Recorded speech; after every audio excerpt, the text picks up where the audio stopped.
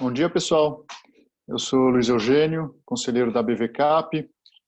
Estamos aqui só aguardando aqui 2 minutinhos para podermos iniciar a live. Já obrigado aí pela presença do que já estão conectados e em breve já iniciamos.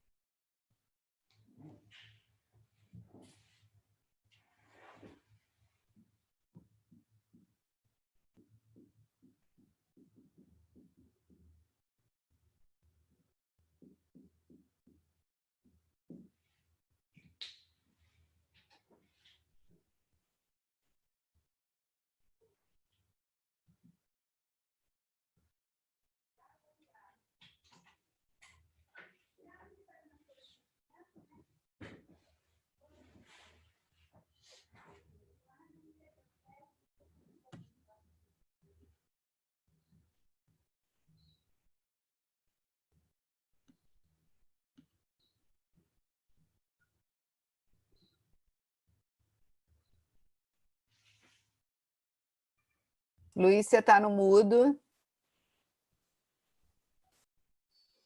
Obrigado. Agora está ouvindo?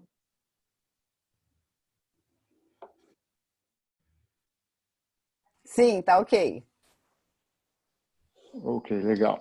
Então, eu queria mais uma vez agradecer a presença de todos e iniciar esse evento de hoje para a gente conversar sobre contratos empresariais nesse momento aqui de pandemia.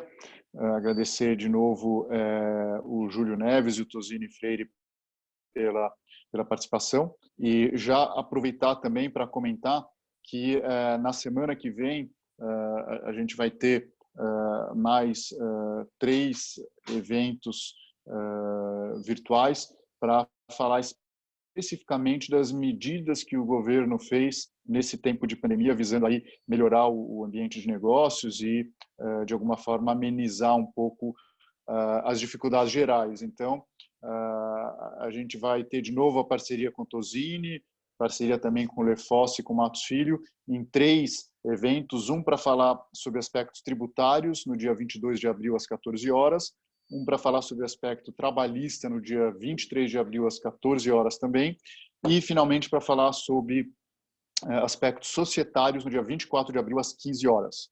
E aí, finalmente, na semana seguinte, a gente tem um update macroeconômico em parceria com a Tendências, aí vai ser dia 29 de abril, às 16 horas. Então, quem quiser se inscrever no site da BVCap já tem os links aí para participar de todos esses eventos. Então, eu queria agora passar a palavra para o Júlio. Quem não conhece o Júlio, ele é sócio do Tosini na área de contencioso e arbitragem, especializado em contratos empresariais. O Júlio é doutor e mestre em Direito Civil pela USP e também árbitro em disputas empresariais. Então, sem mais, obrigado, Júlio. Por favor, a palavra é sua. Agora com o som ativado. Obrigado, Luiz Eugênio. Bom dia a todos. Obrigado pelo convite e obrigado pela presença, pelo tempo de vocês, para a gente pensar juntos desafios dessa crise. Crise que acho que é seguro dizer, o que tem de certo é que é inédita para todo mundo, né? O Brasil é país com tradição de paz, a gente não está acostumado a ver nenhum evento externo com interrupção abrupta de tantos setores da economia ao mesmo tempo. É claro que tem sempre os setores que acusam primeiro a febre dessa doença, então turismo, eventos, aéreo até pela sensibilidade à variação do dólar, margens pequenas, demanda reduzindo, muita coisa. Rapidamente a crise migra para elétrico, pessoal de combustível, etanol, já havia sentido disputa entre a Arábia Saudita e Rússia, agora com a queda de demanda também muito acusando o golpe, e aí rapidamente a economia inteira varrida, a gente saindo de cenários de projeção de 2%, 2,5% de crescimento de PIB para -5% e alguns analistas chegando próximo de -10%. Ninguém passa impune a isso. Mas dependendo da etiqueta que eu lançar sobre essa relação jurídica, a vida entre as partes, eu vou ter regimes muito diferentes que incidem. Então, ninguém passa impune, mas não necessariamente todos passam da mesma forma. E o tema que nos ocupa hoje, o tema que nos reúne, são os efeitos dessa pandemia nos contratos interempresariais. Então, o contrato é entre maior de idade e vacinado, partes iguais ou presumivelmente iguais, é claro, porque igualdade não igualdade absoluta é sempre impossível.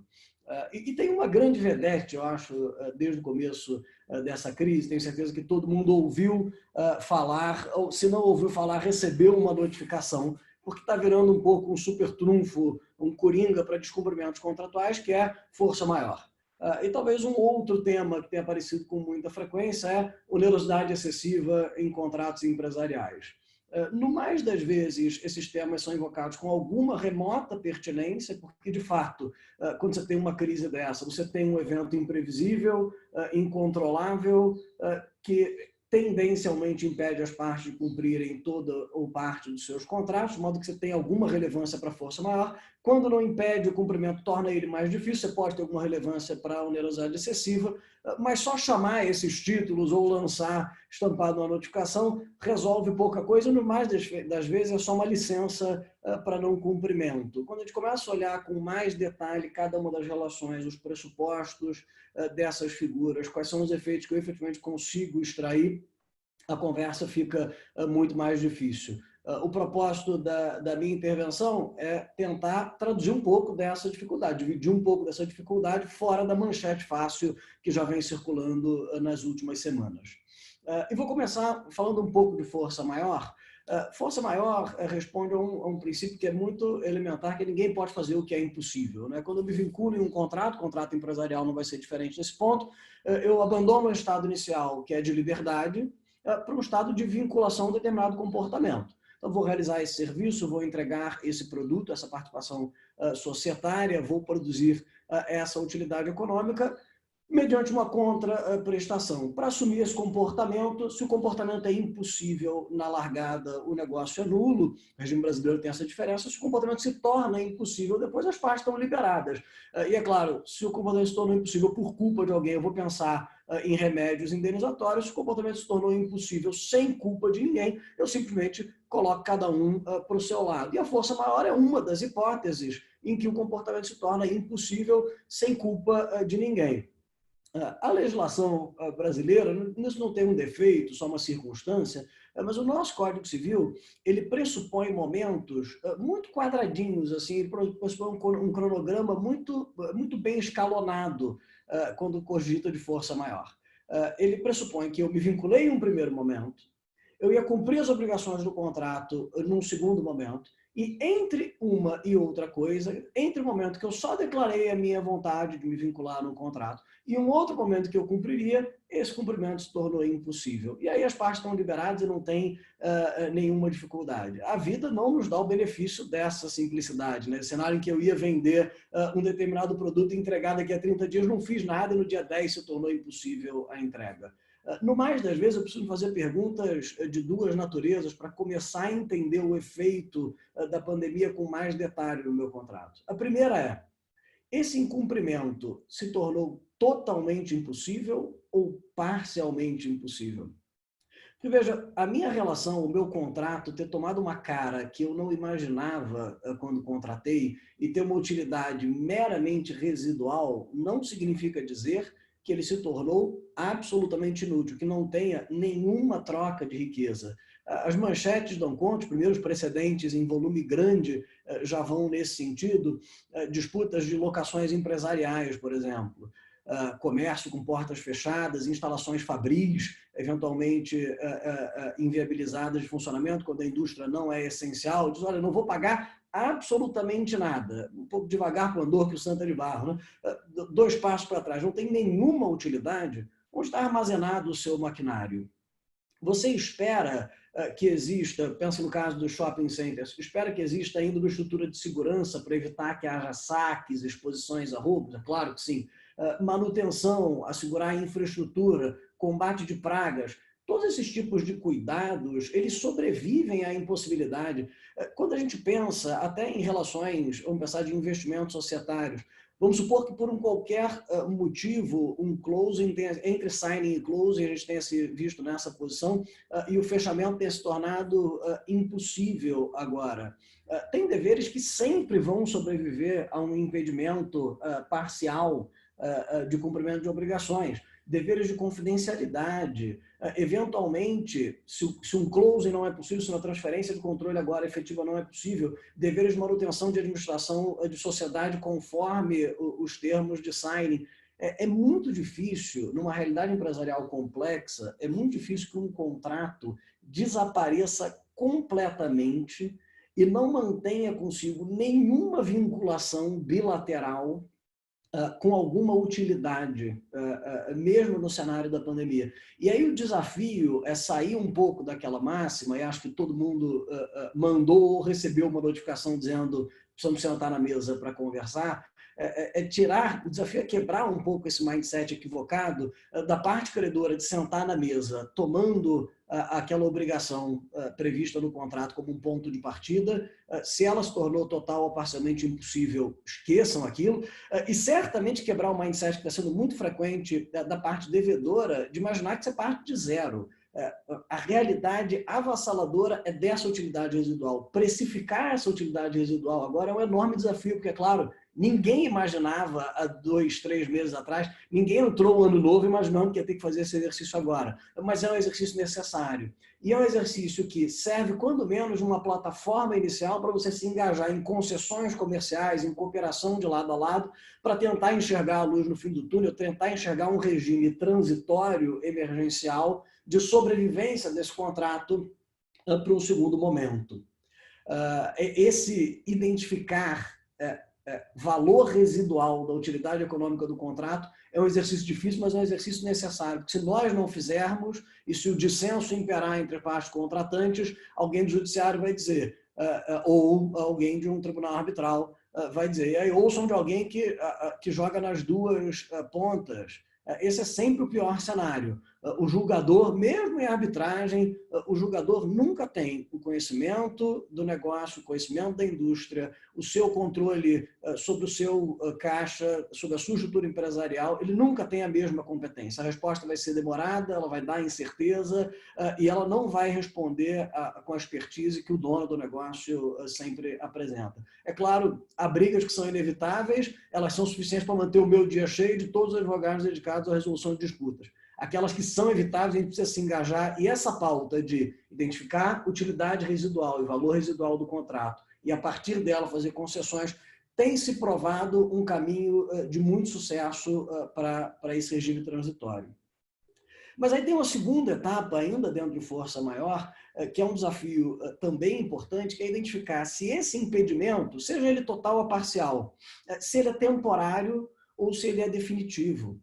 Porque se eu tenho, e nas nossas estruturas empresariais com muita frequência, a gente tem contratos que são contratos relacionais, contratos de longa duração, que a utilidade econômica às vezes repousa justamente em eu ter um desenvolvimento ao longo do tempo, do cumprimento daquelas obrigações, escoamento de mercadorias, distribuidores comerciais, agentes, contratos de prestação de serviço para formação de inteligência de longo prazo, nada disso se resolve. Eu posso pagar mês a mês e receber serviços mês a mês, mas o contrato certamente não se exaure todo mês. Eu tenho uma utilidade de longo prazo, ainda que o contrato esteja temporariamente impedido, mas não definitivamente derrubado, eu preciso lidar com o regime de força maior para esse contrato. E aí a resposta que vai se encontrar normalmente é: suspende-se a execução do contrato durante esse período de impedimento absoluto. Aí eu chamaria atenção de novo para aquele playbook inicial de, olha, primeiro ver qual é a utilidade residual, depois vamos identificar que concessões e um regime de cooperação se mostram necessárias para alcançar o sucesso desse programa contratual, porque se eu penso, por exemplo, em um contrato que tenha mão de obra intensiva para assessoria em um determinado momento, que vai ficar inviabilizado por 3 ou 4 meses por conta da pandemia, mas que ele tem um escopo total de 3 anos, é evidente que eu não perco interesse nesse contrato por conta desse impedimento parcial. Mas se eu olhar apenas a utilidade residual dele nesse momento, que pode ser tangencial a zero, e simplesmente jogar a minha remuneração para tangencial a zero, dependendo do porte da minha contraparte negocial, eu vou matar a minha contraparte nesse período. Eu vou fazer... O nome do jogo nessa crise é preservação de caixa, é a pancada que todo mundo, nas indústrias as mais variadas, levou. Então, se eu simplesmente aplicar de forma seca a identificação de utilidade residual, eu posso zerar a caixa de um parceiro que não tem energia suficiente para chegar do outro lado. Isso me leva um pouco a pensar, quando se diz de adaptação de regime do contrato, revisão, eventualmente judicial, revisão não é só desconto. Tanto o juiz quanto o árbitro têm poderes, claro, limitáveis pelos contratos, mas têm poderes para reestruturar o contrato. E essa estruturação pode ser de fluxo de caixa também. Então, ainda que a minha utilidade residual agora seja tangencial a zero, eu posso fazer uma distribuição dessas riquezas do contrato ao longo do tempo para manter o contrato viável, para que a gente alcance o fim do túnel e aí retorne a um cenário de normalidade. Isso fica um pouco dentro da caixa de força maior.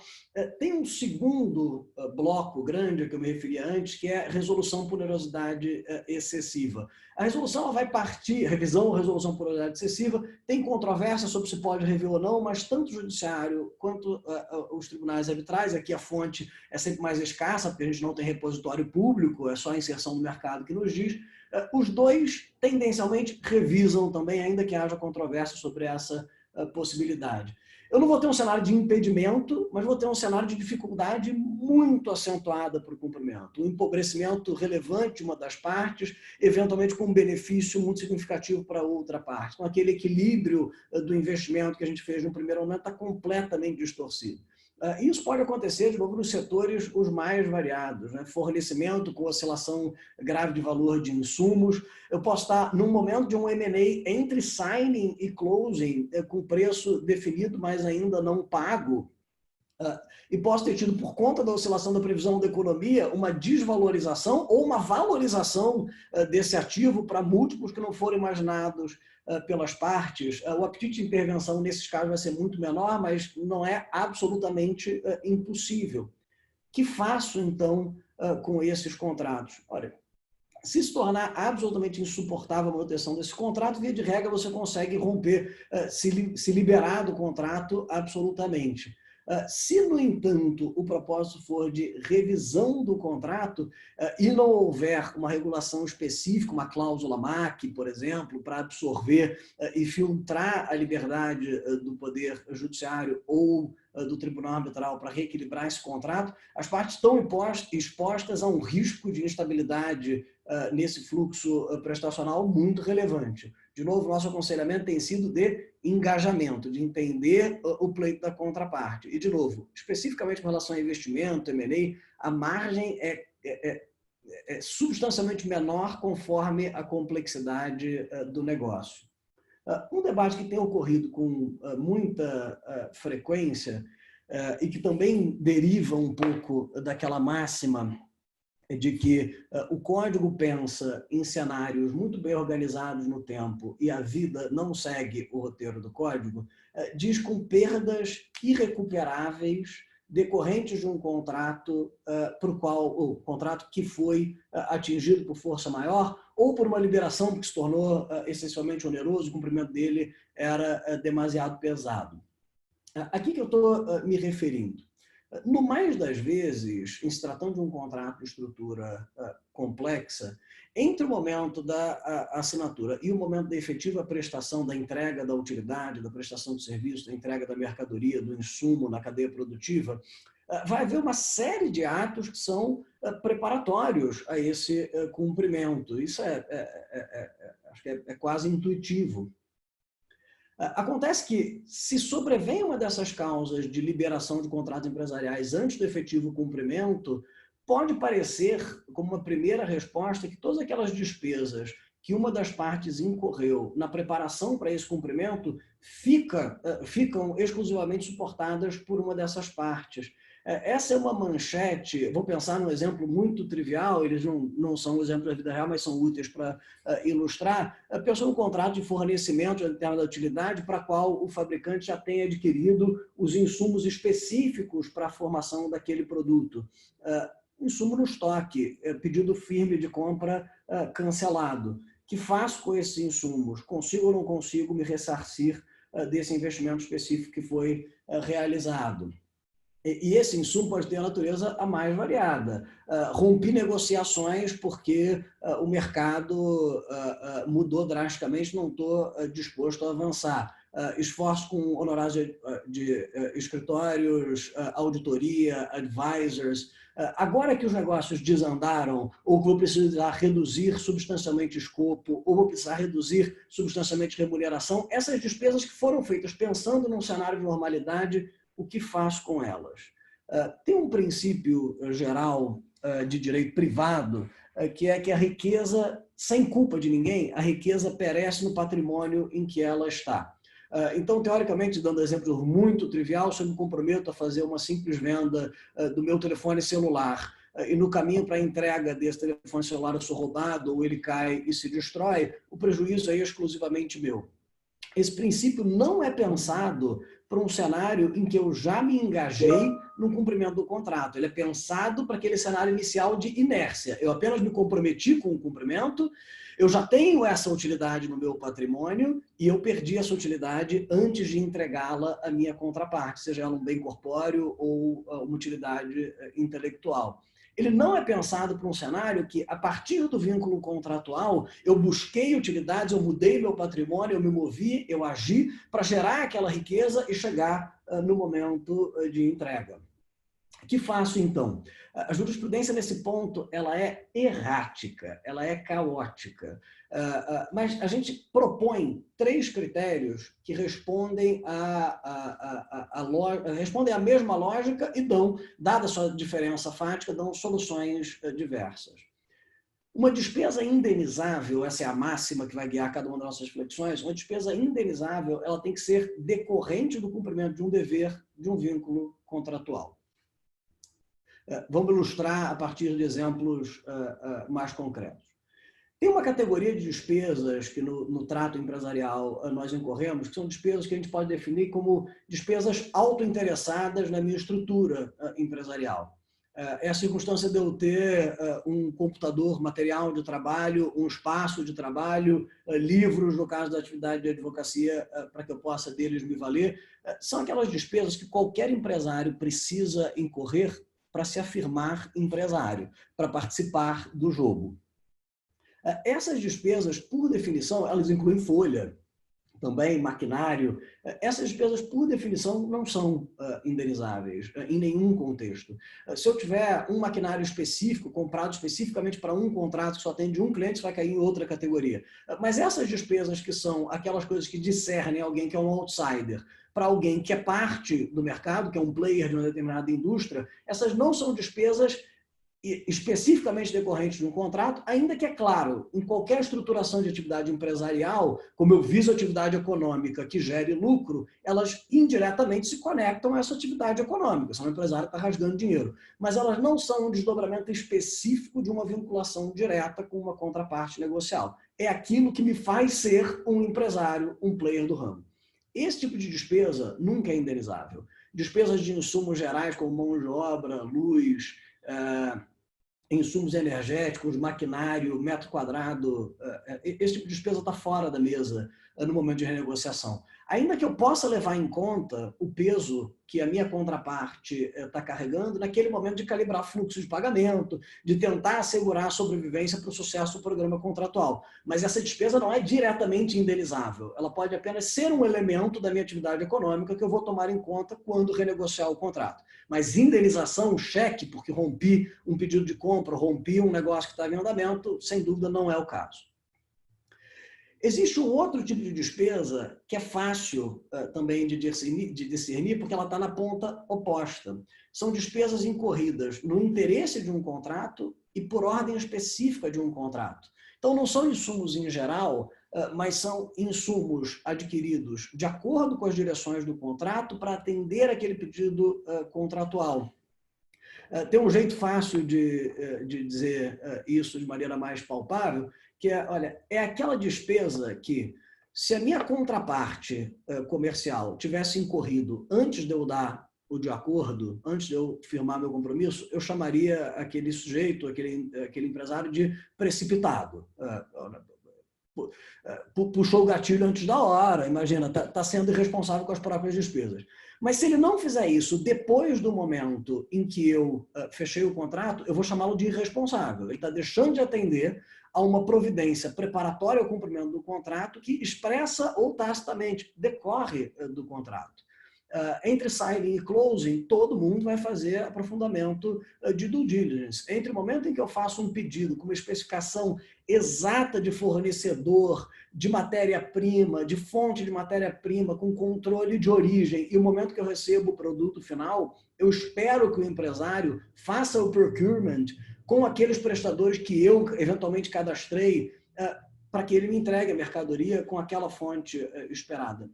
E é claro que se no meio do caminho, entre ele agir no sentido que eu esperava que ele agisse como um desdobramento do meu contrato e ele me entregar a utilidade, o cumprimento desse contrato se tornar impossível ou demasiadamente oneroso, de modo que eu vou romper ou reduzir bruscamente essa despesa, essa relação, essa despesa precisa ser indenizada, porque essa despesa é um cumprimento que precede o momento em que eu corto o vínculo contratual. Essa despesa é minha, essa despesa é do credor. Ela não veio ainda para o meu patrimônio, ela não virou uma utilidade do meu patrimônio, mas ela foi feita exclusivamente no meu interesse, eu preciso remunerar. A partir do momento em que eu declaro a força maior, ou reviso o contrato, ou resolvo o contrato por excessiva onerosidade, a partir desse momento não. Essas despesas não são mais excusáveis. E veja, nisso parece que não tem o meio do caminho, porque o credor está suportando o peso, mas tem. Porque o pedido final, o efetivo cumprimento não vai ser exigível. Esse mínimo para evitar a perda da minha contraparte é que eu preciso socorrer.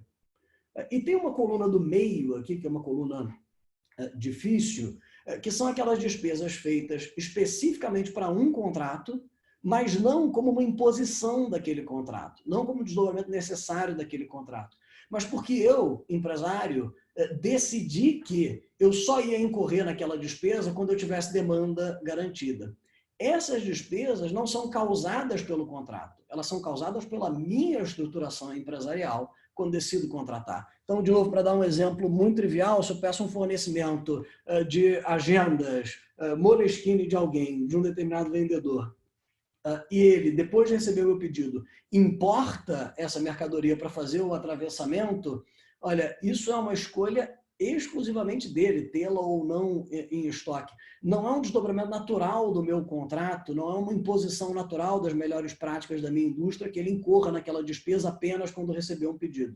Nesse caso, a despesa é dele e não minha. Então, a máxima de fundo é essa para perdas irrecuperáveis, que não são redirecionáveis para outros contratos, de contratos que foram rompidos pela força maior ou que foram pesadamente renegociados por conta de onerosidade excessiva, para esse cenário, aquelas despesas que foram incorridas para um contrato e por força de melhores práticas daquela indústria, essas são indenizáveis, todas as outras são suportadas pelo empresário. Nós vamos a 25 minutos, eu queria fazer uma última consideração, porque não queria passar de meia hora de exposição para que a gente tenha tempo para se engajar no Q&A e nos pontos de interesse de vocês, que são o comportamento de garantias de performance nesse momento, mesmo em contratos interempresariais. Isso vai tomar roupagens as mais variadas, né? Take or pay, isso vai ter comportamento de performance vai ter relevância em cláusulas de earnout para precificação de ativos, metas de performance, mínimos garantidos em geral. Via de regra, quando eu assumo uma garantia de mínimo, como eu assumo uma garantia de meta de performance, quando eu garanto o pagamento independente da quantidade de utilidade que eu vou fruir, eu, como empresário, estou assumindo um risco de forma absoluta dentro daqueles limites contratados. E a gente vai ver, com razão, muita doutrina, muito precedente dizendo, olha, se você tem um espaço desse, se você tem um compromisso desse em contrato, esqueça revisão por onerosidade excessiva, esqueça força maior, esqueça, você assumiu um risco empresarial controlado. E isso dentro do ambiente de contratos empresariais é um ponto de partida absolutamente correto. Quando você assume um espaço, uma área, né? quando você assume a obrigação sabendo dessas oscilações de mercado, abraçando essas oscilações de mercado, você pode perfeitamente perder dinheiro. Isso é uma coisa que é engraçado, quando a gente tem essa conversa com o juiz, às vezes a reação é negativa, e para o empresário é natural. Ninguém é proibido de fazer um mau negócio, ninguém é proibido de assumir um risco que não fecha, ninguém é proibido de perder dinheiro. Constatar que uma das partes está perdendo dinheiro pesadamente no contrato não é absolutamente causa de ilicitude, pode ser um indício de que é um mau empresário, contratou mal, e a contraparte não tem nada a ver com isso. Se o contrato foi feito de maneira livre, consciente, de boa fé, negociando dentro dos limites da legislação, você pode perder dinheiro assumindo um compromisso desse sem nenhum problema e vai continuar perdendo dinheiro até o final do contrato. Isso é o mínimo que se espera do empresário. Você só tem lucro se estiver disposto a assumir risco, e o risco que você assumiu, você tem que arcar. Esse é o ponto de partida. Num cenário de pandemia, eu preciso me perguntar, isso não prescinde nunca da interpretação de cada contrato, sobretudo se houver cláusula de afetação por condições adversas, se o risco de uma paralisação econômica absoluta está abrangido por essa meta ou não, está abrangido por essa assunção de compromisso de performance ou não. No mais das vezes, não estará, pelo fato simples de que nenhum de nós não tem memória viva de uma paralisação econômica parecida com essa. É difícil imaginar. Olha, por incrível que pareça, eu tive um contrato, era relacionado à energia, assinado em novembro de 2019, que tinha previsão afastando força maior e material adverse change para a pandemia. Novembro de 2019, contrato assinado com previsão de pandemia especificamente. Nesse contrato, risco assumido e risco arcado, não há absolutamente o que falar. Fora desses cenários, mesmo quando você tem uma cláusula prevendo epidemia, vai ter um debate interpretativo sobre se a epidemia engloba a pandemia com os efeitos que nós estamos vendo.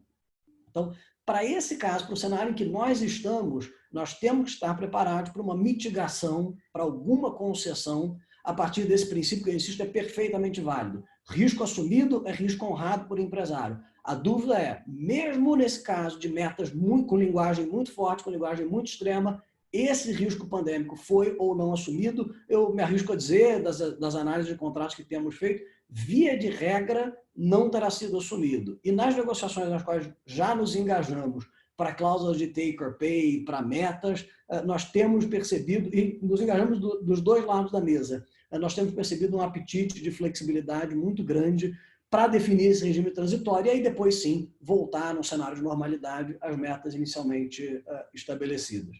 Com isso eu bato 29 minutos, então seguindo boa regra de contencioso, não pode ouvir a campainha, então dentro do limite de meia hora para garantir nossos debates. Eu espero que essas primeiras considerações tenham sido úteis e, é claro, aguardo muito animado pelas eventuais intervenções de vocês para que o debate se amadureça. Obrigado.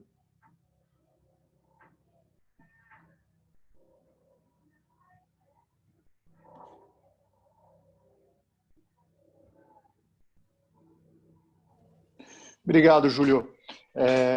Bom, eu tenho aqui uma ou duas perguntas que eu anotei enquanto você falava, acho que foi muito interessante. Já recebemos também aqui pergunta pelo Q&A, e então eu, mais uma vez, incentivo quem tiver alguma dúvida, alguma pergunta, enviar aí pelo aplicativo, pela ferramenta de Q&A. É interessante esse teu último comentário das cláusulas de performance, de take or pay earnout, porque isso para Private Equity Venture Capital é algo muito presente, né?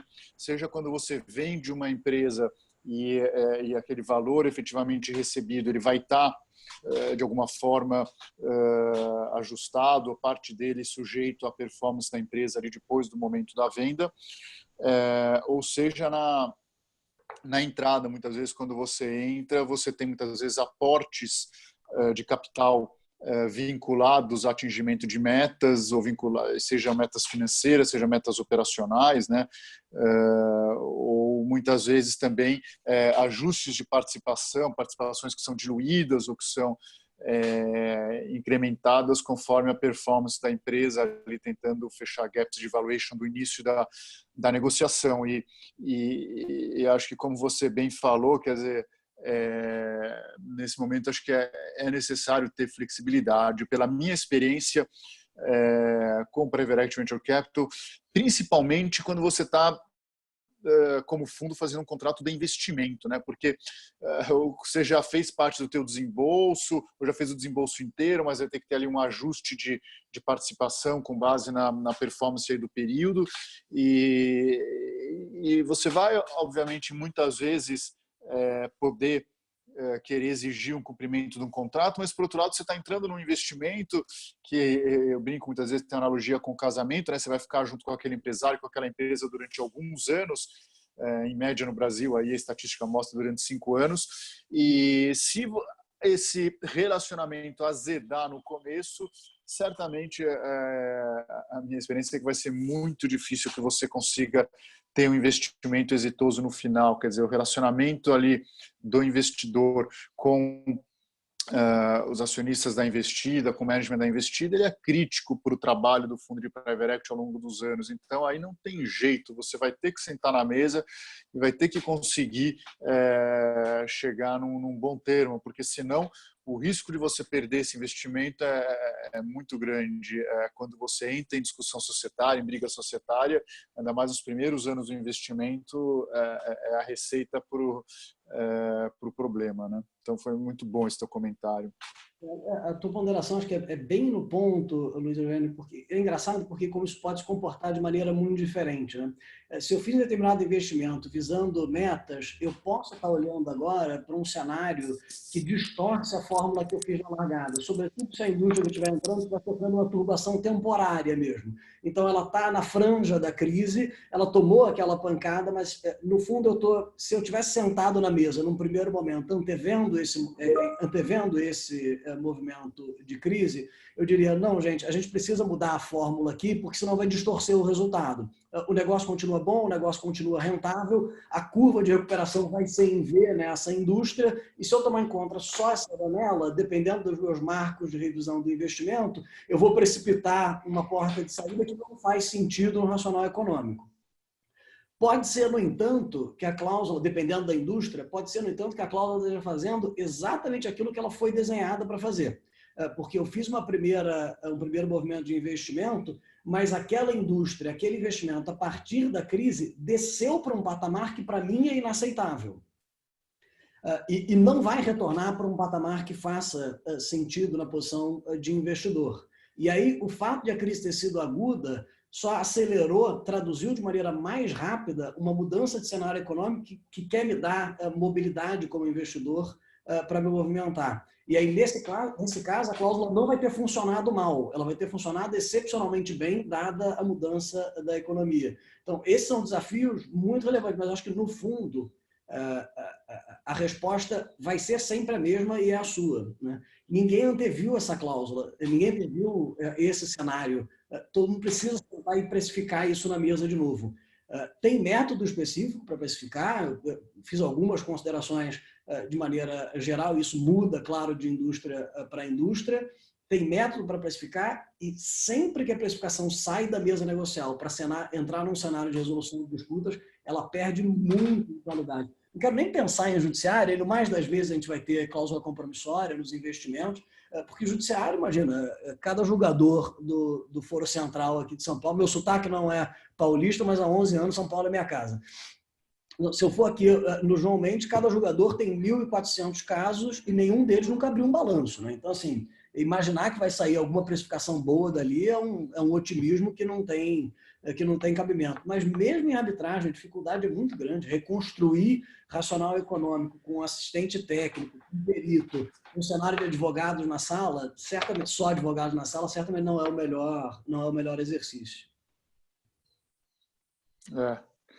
Muito bom. A gente recebeu aqui uma pergunta no aplicativo que tem a ver com contrato de transporte de pessoas, transporte de funcionários de empresa, e numa situação onde os funcionários todos estão em home office, obviamente que isso acaba tendo completamente prejudicado aí a execução desse contrato durante alguns meses, semanas aí. Por outro lado, uma empresa desse tipo, uma empresa de transporte de pessoas, ela claramente vive disso e tem risco aí de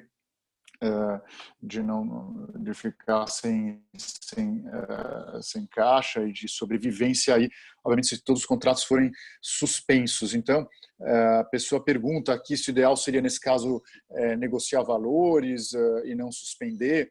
É interessante, porque aqui, de novo, eu vejo que você pode responder isso muito mais de uma forma negocial, de uma forma empresarial, ou responder isso da forma jurídica, né? Obviamente, a própria empresa contratante, se ela também não está conseguindo faturar tudo mais, talvez ela também não tenha caixa para pagar, mas eu não sei, a pergunta se o ideal seria negociar valores em vez de suspender, não sei, legalmente você tem algum comentário em relação a isso, Júlio? Sim, no fundo, a gente vai... O que a gente acabou de falar de funcionamento de cláusula, a gente poderia ter falado também de earn-out, né? Até que ponto a métrica desse ano remunera o preço do ativo, de fato, que você levou, até que ponto essa métrica distorce para baixo artificialmente. A conta que eu preciso fazer é sempre do racional econômico do negócio como um todo e nunca de uma foto de um momento específico do negócio. Ainda que a foto seja, claro, um elemento importante para o filme, mas ela não é o filme inteiro. O que eu quero dizer, no caso do transporte, endereçando especificamente a pergunta da Natália. Se eu faço só aquele primeiro olhar do investimento, a utilidade residual de um contrato de transporte, ela não é zero, mas ela é muito baixa. Por que eu digo que ela não é zero? Porque no momento em que eu tiver a retomada da minha atividade, eu espero que o meu transportador tenha os seus veículos apostos. Eu não espero que ele não tenha se desfeito dos veículos que são dedicados à formação ao atendimento da minha força de trabalho. Se no momento que o Dória libera, olha, gente, abre a fábrica de novo ou abre a unidade produtiva novamente, eu ligo para o meu transportador, ele diz, olha, eu tenho um transit time aqui de 90 dias para a Mercedes me entregar o ônibus que vai te atender, eu vou considerá-lo em descumprimento por esses 90 dias, porque ele deveria ter um ônibus pronto. Se eu exijo dele, se eu espero dele, porque essa inutilidade é temporária, se eu espero dele preservação desse ativo, e preservação desse ativo com manutenção preventiva, em bom estado de conservação, se eu espero que ele tenha mão de obra no primeiro momento, no momento da retomada, e essa mão de obra tem alguma qualificação, motorista profissional tem algum treinamento específico, se eu espero que ela tenha essa estrutura pronta, não tem almoço grátis, eu preciso entender que essa estrutura tem algum custo, e o carregamento dessa estrutura tem algum custo. Não quer dizer que a folha seja meu problema credor. Não sou eu o dono de uma empresa de transporte. O empregado não é meu. A folha certamente é problema dele.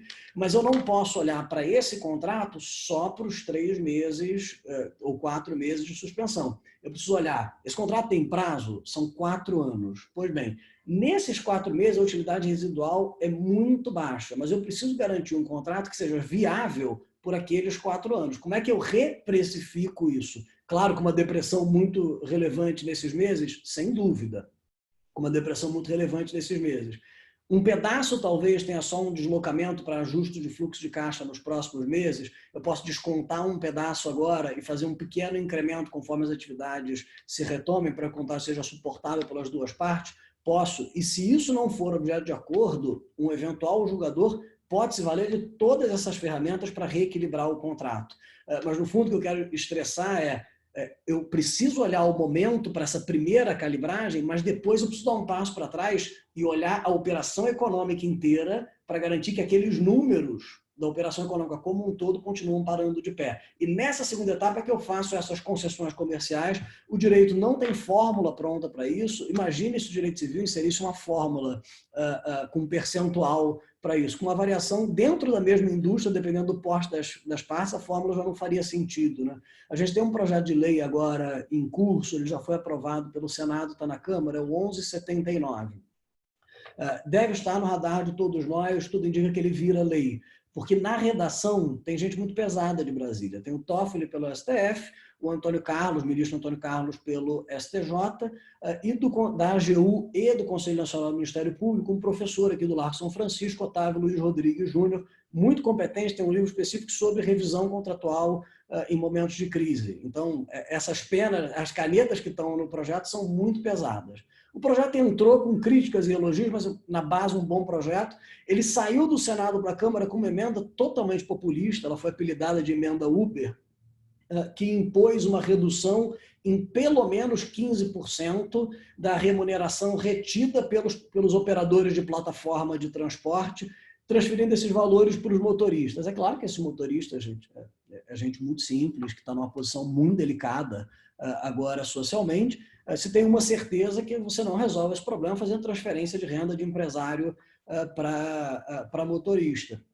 Mas aí vem a crítica para falar dentro de lógica contratual e de operação econômica, na verdade. Se eu tinha um aplicativo que cobrava 17%, a lei manda cortar 15%. Se eu tinha um aplicativo que cobrava 50%, a lei manda cortar 15%. E aí eu puno de maneira muito agressiva o agente econômico que era mais eficiente. Só um senador pode pensar que isso faz sentido, né? Nenhum empresário vai imaginar que uma fórmula resolve. Então, a falta de fórmula no código, que nos impõe esses conceitos mais abertos, olha, vê a utilidade residual de um lado, depois faz concessões pensando na operação econômica como um todo, ela é uma característica, mas não é um defeito do código, é uma vantagem. E ela entrega essa conta para quem sabe fazer melhor, que é o empresário. Quem contratou, recontrata. Esse é o princípio central. E se a gente não conseguir, a gente vai chamar um terceiro para fazer o melhor trabalho possível, mas não vai ser tão bom quanto o trabalho que as partes fariam.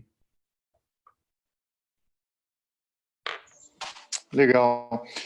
Você comentou, Júlio, na tua exposição, a questão de, quer dizer, tentar chegar num consenso, como você falou, são partes teoricamente iguais, a gente está falando de contratos empresariais, né? Interessante o conceito que você falou também de valor residual, que para mim, não sou advogado, não estou nesse dia a dia, me pareceu fazer bastante sentido. Mas você comentou, quer dizer, quando você acaba indo com uma questão de julgamento, uma demanda legal, você você comentou ali dois problemas claros ali, um que normalmente o juiz, certamente ele conhece muito menos aquele dia a dia do que as duas partes do contrato, certamente, e além do mais o tempo todo que isso acaba demandando. Você tocou ali rapidamente também em arbitragem, e eu, de novo, não sendo advogado, tenho ouvido falar muito assim da questão de mediação, uma série de empresas e de iniciativas nessa área de mediação. Isso você acha que também tem algo que nesse momento pode ganhar relevância ou faz sentido ser utilizado? Existe flexibilidade? Isso já deveria estar previsto em contrato? Isso é mais vantajoso do que uma arbitragem, do que uma ação judicial? Tira um pouco daqueles desafios. Realmente o foco todo deveria ser no consenso, na conversa e sem envolver qualquer terceiro ou qualquer outra parte, vamos assim dizer. A mediação é uma boa ferramenta se você entender que, se as partes estão profundamente extremadas, ela pode ser só mais um tempo gasto, dia boa em coisa ruim, se você entender que o acordo é absolutamente impossível. Às vezes você se surpreende, parece que é absolutamente possível, se prova viável, esse termômetro não está pronto, Mas se você tem um cenário em que você precisa de 1 ano e meio, 2 anos para ter uma solução definitiva de disputa, e você acrescenta mais 3 meses, você está, é claro, incrementando o seu problema de demora na solução. Mas isso é exceção e não a regra. Como regra, parte negociando de boa-fé tem no mediador uma solução, um alavancador de soluções. Assim, ele é um catalisador de soluções. E a vantagem é que as principais câmaras arbitrais, vamos pensar em CCI, CAN-CCBC, ANCHAN, Fiesp, Camarb, talvez as 5 maior projeção, tem experiência e estrutura para se engajar nesse tipo de atividade. De modo que, sim, é muito útil, vai trazer um racional. Você pode estruturar a mediação para ter reuniões separadas entre o mediador e cada uma das partes isoladamente, depois reuniões conjuntas, então tem muita flexibilidade nessa dinâmica para você caminhar para um equilíbrio específico. E você pode, mesmo no contexto da mediação, se valer de alguns especialistas para produzirem números imparciais que possam pautar a aproximação das partes. E tudo isso está fora da mesa se vocês forem para uma disputa. Então, é um ambiente muito seguro para esse tipo de debate. Então, sem dúvida, é muito desejável. Se você pensa numa solução, não teve sucesso negocial pelas próprias partes, não teve sucesso negocial pela intervenção de um mediador, você vai para uma disputa arbitral que vai demorar pelo menos, dependendo da complexidade, até 3 anos, mas pelo menos 1 ano, 1 ano e meio, mesmo que seja uma disputa pouco complexa. Que quando você pensa em resolução de disputa é rápido, mas quando você pensa na cabeça do empresário é uma eternidade, né? Você tem 1 ano, 1 ano e meio de indefinição a propósito das condições do contrato que você está investido, ainda é muita coisa. E quando você pensa em judiciário, aí enfim, é o fim do mundo, né? Porque você vai pensar em 5 a 7 anos. Imagina, né? Quem é que tem tempo para esperar 5 a 7 anos para ter uma decisão específica sobre o contrato que você está vinculado agora, né? Ir para o judiciário é perder, no final das contas. Serve para pagar algum incêndio. O judiciário, veja, não quero ser injusto com o Poder Judiciário. O judiciário responde muito bem a muitas demandas da sociedade. A essas demandas empresariais, a estrutura não é adequada, certamente. Legal, muito bom. Bom, a gente já está aqui próximo de dar 1 hora. Pelo que eu estou vendo, não tem nenhuma outra pergunta aqui disponibilizada. Então, eu queria agradecer a presença de todos aí que participaram dessa nossa conversa e agradecer muito o Júlio Tosini pela contribuição. A gente está todos aí passando momentos, eu acho que bastante novos, bastante desafiadores e poder ter essa troca de ideias enriquecedora é muito bom. Então, Júlio, obrigado novamente. Obrigado a todos pela participação. Tchau, tchau. Muito obrigado, Luiz Eugênio. Obrigado a todos. Foi um prazer. Tchau, tchau. Tchau, tchau.